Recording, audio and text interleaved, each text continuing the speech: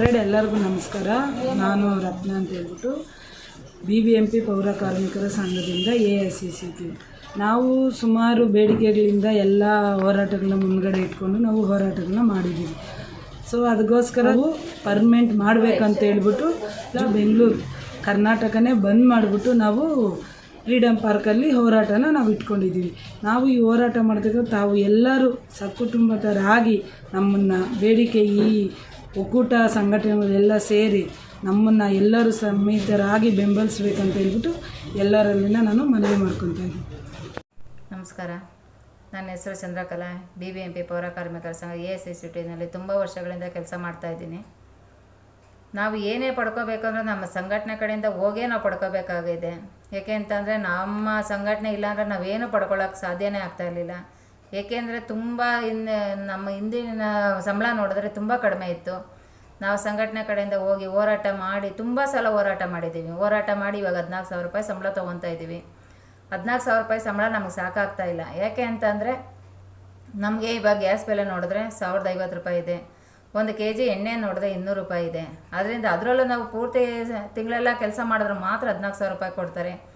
ಏನಾದರೂ ಪ್ರಾಬ್ಲಮ್ ಆಗಿ ಸ್ವಲ್ಪ ರಜೆ ಹಾಕ್ಕೊಂಡೆ ಅಂತ ಅಂದರೆ 10,000, 11,000, 12,000 ರೂಪಾಯಿ ಒಳಗಡೆ ನಮ್ಗೆ ಸಂಬಳ ಬರೋದು. ಅದರಿಂದ ನಮ್ಗೆ ಸಾಕಾಗ್ತಾ ಇಲ್ಲ. ಇವಾಗ ನಾವು ಎಲ್ಲ ಪೌರ ಕಾರ್ಮಿಕರು ಸೇರಿ ಜುಲೈ 1ನೇ ತಾರೀಕು ಒಂದು ದೊಡ್ಡ ಹೋರಾಟನೇ ಇಟ್ಕೊಂಡಿದ್ದೀವಿ. ನಮಗೆ ಪರ್ಮನೆಂಟ್ ಮಾಡಬೇಕು. ಸಮಾನ ವೇತನಕ್ಕೆ ಸಮಾನ ಕೆಲಸಕ್ಕೆ ಸಮಾನ ವೇತನ ಅಂತ ನಮಗೆ 35,000 ರೂಪಾಯಿ ಸಂಬಳ ಬೇಕೇ ಬೇಕು. ಏಕೆಂದರೆ ನಮಗೆ ಈ 14,000 ರೂಪಾಯಿ ಸಂಸಾರ ಮಾಡೋಕ್ಕೆ ನಮಗೆ ತುಂಬ ಕಷ್ಟ ಆಗ್ತಾಯಿದೆ.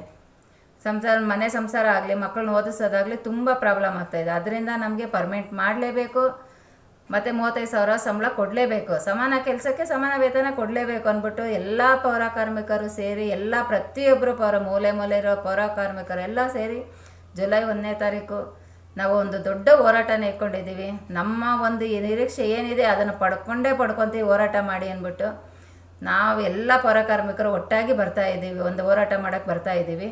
ಅದರಿಂದ ನೀವು ಎಲ್ಲ ಪೌರ ಕಾರ್ಮಿಕರುಗಳು ಬಂದು ನಮ್ಮ ನಿರೀಕ್ಷೆ ಏನಿದೆ ಅದನ್ನು ಪಡ್ಕೋಬೇಕು ಅಂತ ಹೇಳ್ಬಿಟ್ಟು ನಾವು ಈ ಒಂದು ಹೋರಾಟ ಮಾಡೋಣ. ನಾನೊಂದು ಇವೆರಡು ಮಾತು ಮುಗಿಸ್ತೀನಿ. ಇಂಕುಲಾಬ್ ಜಿಂದಾಬಾದ್. ನಾವು ಪೌರ ಕಾರ್ಮಿಕರ ಸಂಘದಿಂದ AICCT ಸಂಘಟನೆ ಕಡೆಯಿಂದ ಮಾತಾಡ್ತಾ ಇರೋದು. ನನ್ನ ಹೆಸರು ರತ್ನಮ್ಮ ಅಂತ 72ನೇ ವಾರ್ಡಲ್ಲಿ ಪೌರ ಕಾರ್ಮಿಕರಾಗಿ ಕೆಲಸ ಮಾಡ್ತಾಯಿದ್ದೀನಿ.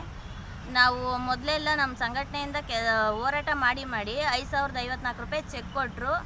ಅದಾದಮೇಲೆ ಹೋರಾಟ ಮಾಡಿ ಈಗ 14,000 ರೂಪಾಯಿ ಸಂಬಳ ಬರ್ತೈತೆ ನಮಗೆ, ನಮ್ಮ ಅಕೌಂಟ್ಗಳಿಗೆ. ಮತ್ತು ಈ 1ನೇ ತಾರೀಕಿಂದ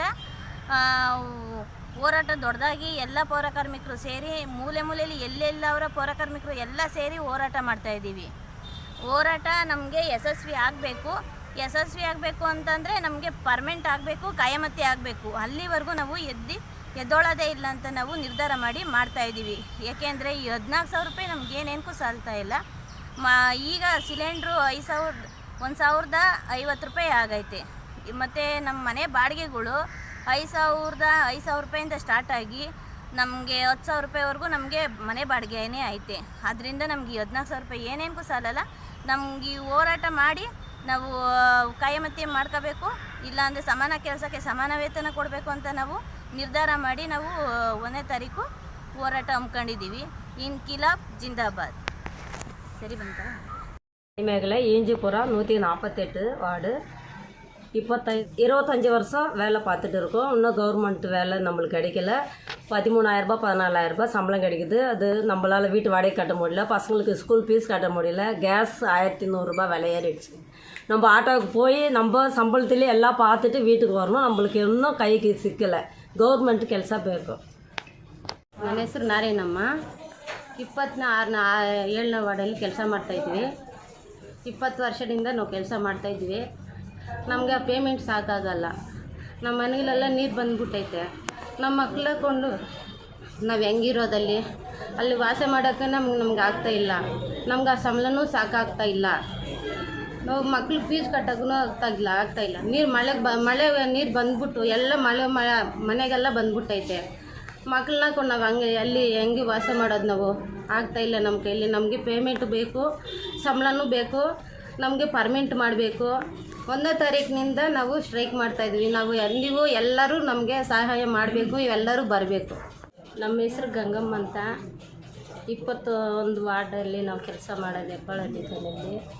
24 ವರ್ಷದಿಂದ ಕೆಲಸ ಮಾಡ್ತಾಯಿದ್ದೀವಿ. 400 ರೂಪಾಯಿ ಸಂಬಳದಿಂದ ಮಾಡ್ತಾಯಿದ್ದೀವಿ. ನಾವು ಬಯೋಮೆಟ್ರಿಕ್ ಬಂದವಾಗಲಿಂದ ನಮಗೆ ತುಂಬ ಕಡಿಮೆ ಬರುತ್ತೆ ಸಂಬಳ. ಕಾಂಟ್ರಾಕ್ಟರ್ ಹೋದ್ಮೇಲೆ ಸಂಬಳ ಕಮ್ಮಿ ಬರುತ್ತೆ ಅಂತ ಬಯೋಮೆಟ್ರಿಕ್ ತರಿಸ್ಕೊಂಡಿದ್ವಿ. ಬಯೋಮೆಟ್ರಿಕ್ ಬಂದಮೇಲೆ ಸಂಬಳ ಕಮ್ಮಿ ಬರುತ್ತೆ. 31 ದಿವಸ ಕೆಲಸ ಮಾಡಿದ್ರೂ 12,000 ರೂಪಾಯಿ ಸಂಬಳ ಸಿಗುತ್ತೆ. AWN ಕೇಳಿದ್ರೆ ಬಯೋಮೆಟ್ರಿಕ್ ಮಿಸ್ಟೇಕ್ ಅಂತಾರೆ. ಸೂಪ್ರೈಸರ್ನ ಕೇಳಿದ್ರೂ ಬಯೋಮೆಟ್ರಿಕ್ ಮಿಸ್ಟೇಕ್ ಅಂತಾರೆ. ನಮಗೆ ಈ ಸಂಬಳ ಸಾಲಲ್ಲ, ಪರ್ಮನೆಂಟ್ ಆಗಬೇಕಂತ ಕೇಳ್ಕೊತಿದ್ವಿ. ಟ್ರೈಕ್ ಮಾಡ್ತಾಯಿದ್ವಿ. ಜುಲೈ 1ನೇ ತಾರೀಕು ಟ್ರೈಕ್ ಮಾಡ್ತಾಯಿದ್ವಿ. ಎಲ್ಲರೂ ನಮಗೆ ಸಂಘದಿಂದ ಹೆಲ್ಪ್ ಮಾಡಬೇಕು ಅಂತ ಕೇಳ್ಕೊತೀವಿ.